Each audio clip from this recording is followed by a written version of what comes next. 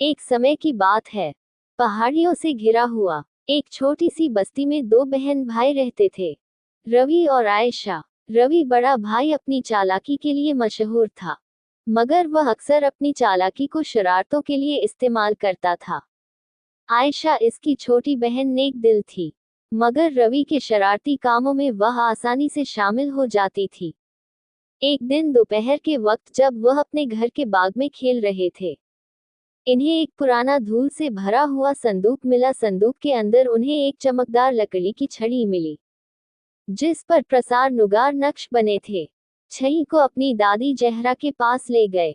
दादी जहरा की आंखें छड़ी को देखकर पहचान से चमक उठे। मेरे प्यारे बच्चों, यह एक जादुई छड़ी है। उन्होंने वजाहत की, यह ख्वाहिशें पूरी कर सकती है, मगर याद रखो, इस अक्लमंदी और नेकी के साथ इस्तेमाल करना चाहिए। अगर उसे खुदगर्जी या बेवकूफ़ी से इस्तेमाल किया गया तो यह मुश्किल पैदा कर सकती है। जो दादी जहरा की वार्निंग को नज़रअंदाज करते हुए रवि ने फौरन एक बड़ी मिठाई के ढेर की ख्वाहिश की। अचानक कमरा मिठाइयों, चॉकलेट और केक से भर गया। आयशा खुशी से चिल्ला उठी, मगर जल्द ही उन्हें एहसास हुआ कि मिठाइयाँ इतनी ज्यादा है कि वह खा नहीं सकते, और पूरा घर चिपचिपा गंदगी में बदल गया। गंदगी की परवाह किए बगैर रवि ने दूसरी ख्वाहिश की। इस बार इसने एक सुनहरी साइकिल की ख्वाहिश की। एक चमकदार सुनहरी साइकिल जाहिर हुई, मगर यह इतनी भारी थी कि चलाना मुश्किल था, और जैसे ही रवि ने उसे चलाने की कोशिश की, वह टूट गई।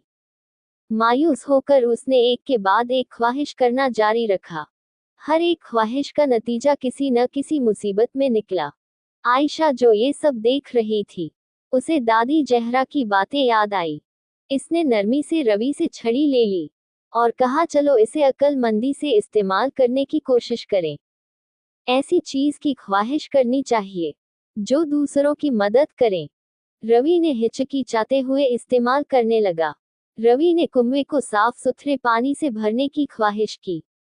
रवि और आयशा ने कुएं को देखा तो गए साफ सुथरा और चमकते हुए पानी से भरा हुआ था। सभी कश्मीर के वासियों ने रवि और आयशा का शुक्रिया अदा किया, जिससे तस्वीर में खुशहाली की लहर छा गई। रवि और आयशा नेकी की ताकत को जाना, और वह बहुत कुछ थे। इससे मैं ये सीख मिलती है कि हमेशा नेक करनी चाहिए।